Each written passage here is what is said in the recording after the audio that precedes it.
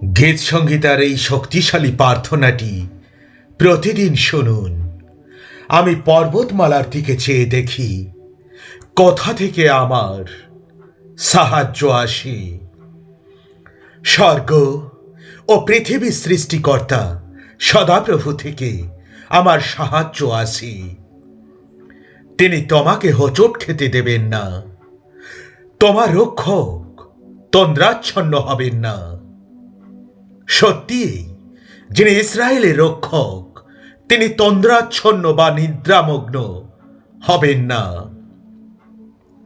সদাপ্রভু তোমার রক্ষক, সদাপ্রভু তোমার ডান দিকে তোমার ছায়া। দিনে সূর্য তোমার ক্ষতি করবে না, এমনকি রাতে চাঁদও তা করবে না।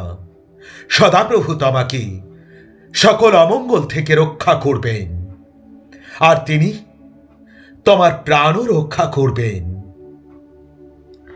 তোমার যাওয়া আসার পথে সদাপ্রভু তোমাকে রক্ষা করবেন, এখন থেকে চিরকাল পর্যন্ত। আমি আনন্দিত হলাম যখন লোকে আমাকে বলল, চলো আমরা সদাপ্রভুর গৃহে যাই।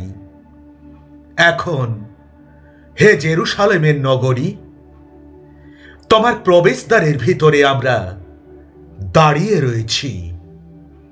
জেরুসালেম সেই নগরীর মতো নির্মিত, যা সংগঠিত রূপে তৈরি হয়েছে। ইসরায়েলের সকল গোষ্ঠী, সদাপ্রভুর লোক সকল এখানে আরাধনা করতে আসে। ইসরায়েলের বিধি নিয়ম অনুযায়ী তারা সদাপ্রভুর নামের ধন্যবাদ করতে আসে। এই স্থানে স্থাপিত হয়েছে বিচারের সিংহাসন। এখানেই দাউদ কুলের সকল সিংহাসন স্থাপিত। তোমরা জেরুসালেমের শান্তির জন্য প্রার্থনা করো। যারা তোমাকে ভালোবাসে তারা সুরক্ষিত থাকুক।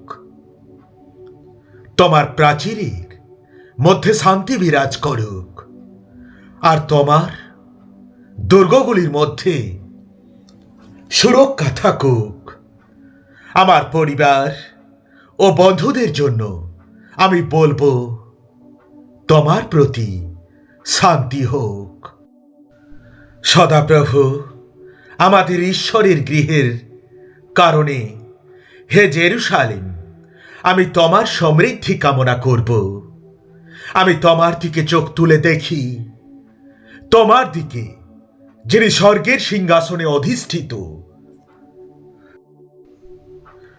যেমন কর্তার হাতের দিকে দাসের সৃষ্টি থাকে, যেমন কর্ত্রীর হাতের দিকে দাসের সৃষ্টি থাকে, তেমনি আমাদের দৃষ্টি সদাপ্রভু আমাদের ঈশ্বরের দিকে থাকে, যতদিন না পর্যন্ত তিনি আমাদের প্রতি দয়া করেন। আমাদের প্রতি দয়া করো, হে সদাপ্রভু, আমাদের প্রতি দয়া করো, কেননা আমরা অবজ্ঞায় পূর্ণ হয়েছি। দাম্ভিকের বিদ্রূপ ও অহংকারীর অবজ্ঞা আমরা শেষ পর্যন্ত সহ্য করেছি।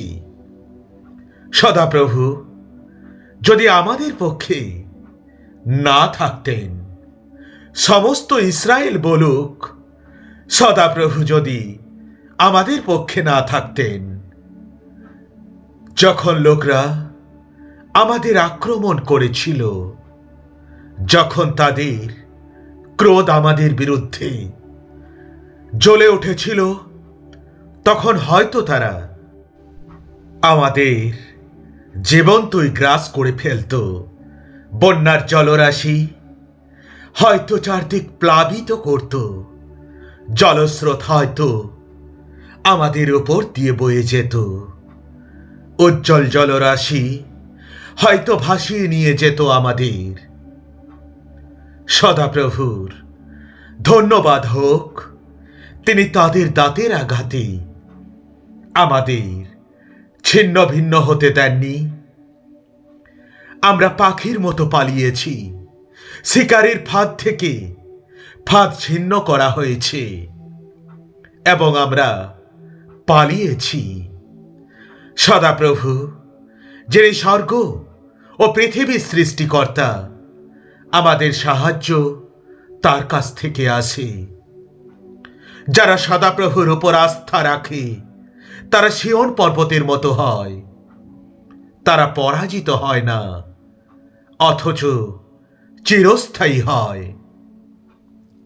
পর্বতমালা যেমন জেরুসালেমকে ঘিরে আছে, সদাপ্রভু তেমনি তার লোকদের চারিদিকে আছেন এখন থেকে অনন্তকাল পর্যন্ত। দুষ্টরা ধার্মিকদের দেশে রাজত্ব করবে না, কারণ তাহলে ধার্মিকরা হয়তো মন্দ কাজ করায় প্রলোভিত হতে পারে।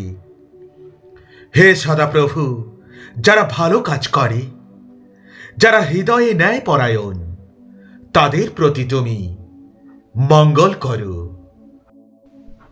কিন্তু যারা ভ্রান্ত পথে পা বাড়ায়, সদাপ্রভু তাদের অনিষ্টকারীদের সাথে দূর করে দেবেন।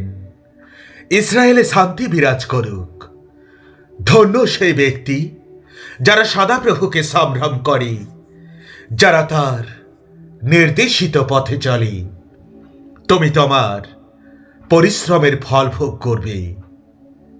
আশীর্বাদ ও সমৃদ্ধি তোমার হবে। তোমার স্ত্রী তোমার গৃহে ফলবতী এক দ্রাক্ষালতার মতো হবে। তোমার মেজের চারদিকে তোমার সন্তানেরা জলপাই গাছের চারার মতো হবে। হ্যাঁ, সেই ব্যক্তি যে সদাপ্রভুকে সম্ভ্রম করে, তার জন্য এই তোমার আশীর্বাদ হবে। সিয়ন থেকে সদাপ্রভু তোমাকে আশীর্বাদ করুন। তোমার জীবনের প্রতিটি দিনে তুমি যেন জেরুসালেমের সমৃদ্ধি দেখতে পাও।